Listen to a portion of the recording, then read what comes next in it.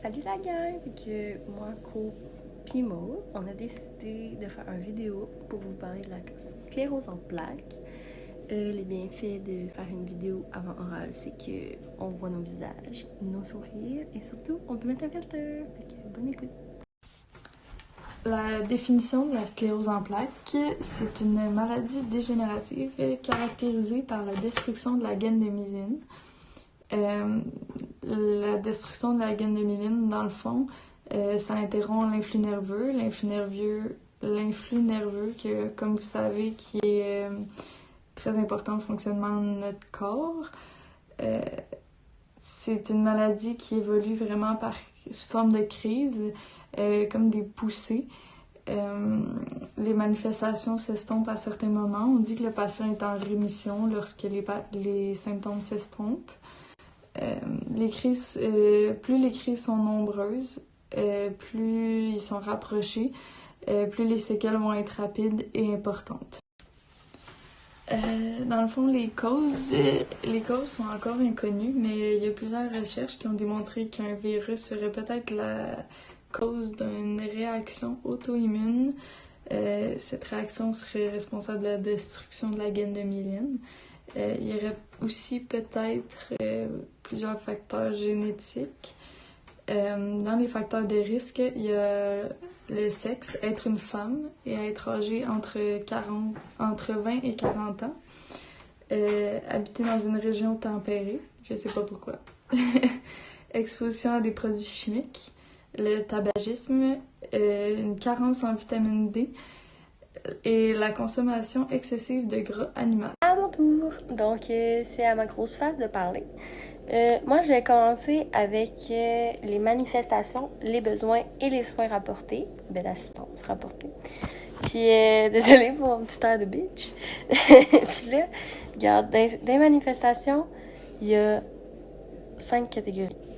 OK? Puis, je vais y aller par catégorie pour pas mélanger personne. Fait que, si on prend la première catégorie qui serait le trouble moteur, on pourrait voir qu'il y aurait une faiblesse ou la paralysie des membres. Donc, rapporté à ça, il y aurait un besoin perturbé qui serait se mouvoir et maintenir une bonne posture. On pourrait encourager le client à exercer des exercices de réadaptation, par exemple. Donc, ça marcherait. Il y a aussi, côté moteur, la paralysie qu'on peut avoir comme manifestation. Donc, c'est vraiment paralysie, faiblesse des membres,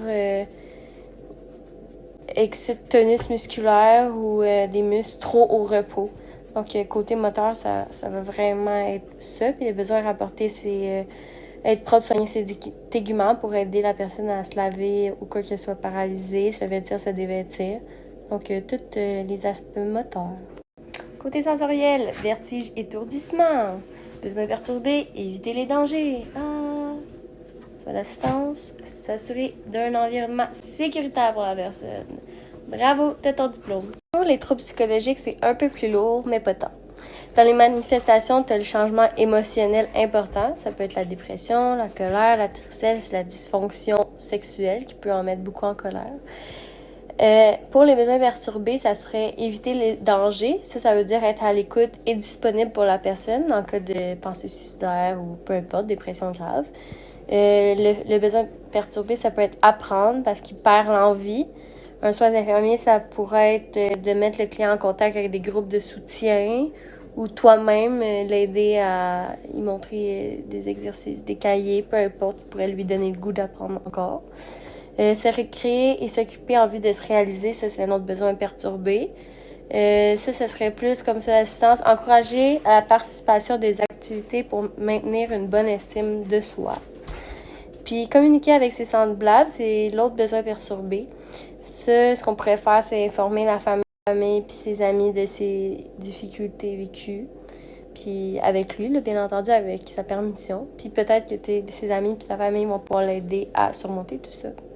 Maintenant, les troubles cognitifs.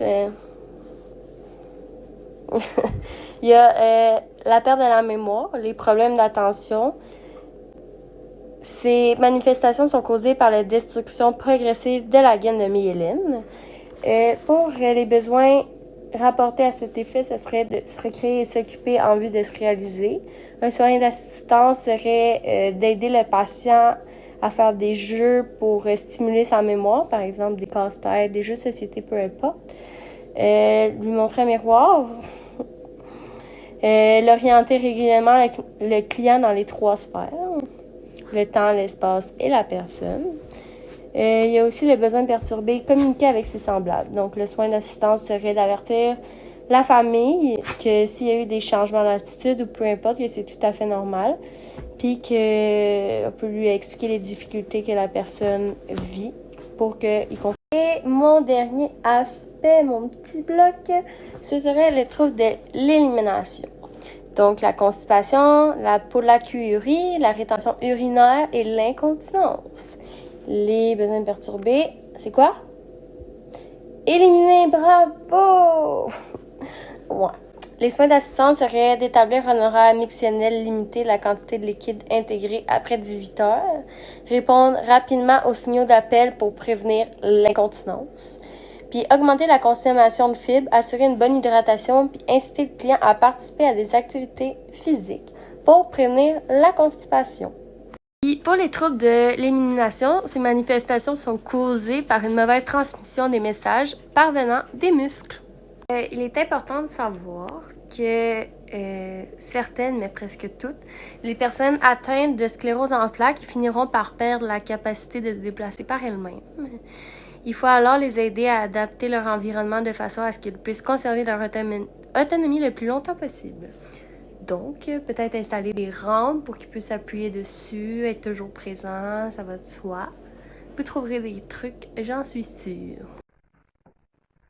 L'évaluation diagnostique, il n'y a pas d'examen précis pour la sclérose en plaques. En fait, le médecin va se fier aux manifestations cliniques.